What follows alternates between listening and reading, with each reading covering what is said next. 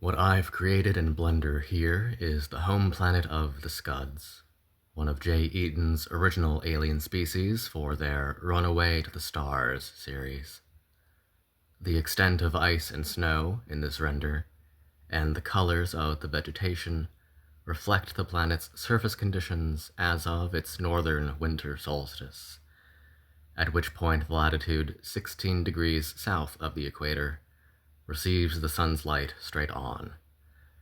The first half of this video has Blender's camera doing a pretty dynamic flyover, while the planet's position relative to the sun is fixed, simulating a specific time of day.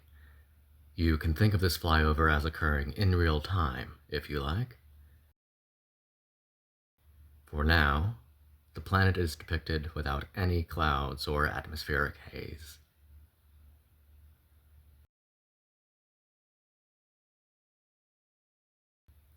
In this second half, I did add some atmospheric haze, but no clouds here either, since I didn't want to cover up my work.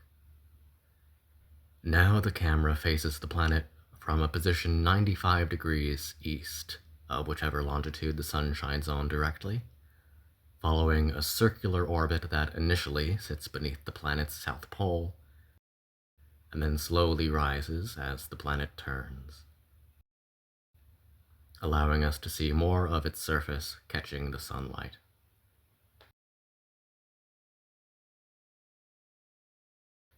Once we've gone high enough to look down at the darkened North Pole, the camera descends once again, until, after the planet's fourth rotation, we return to where we first beheld the southern hemisphere.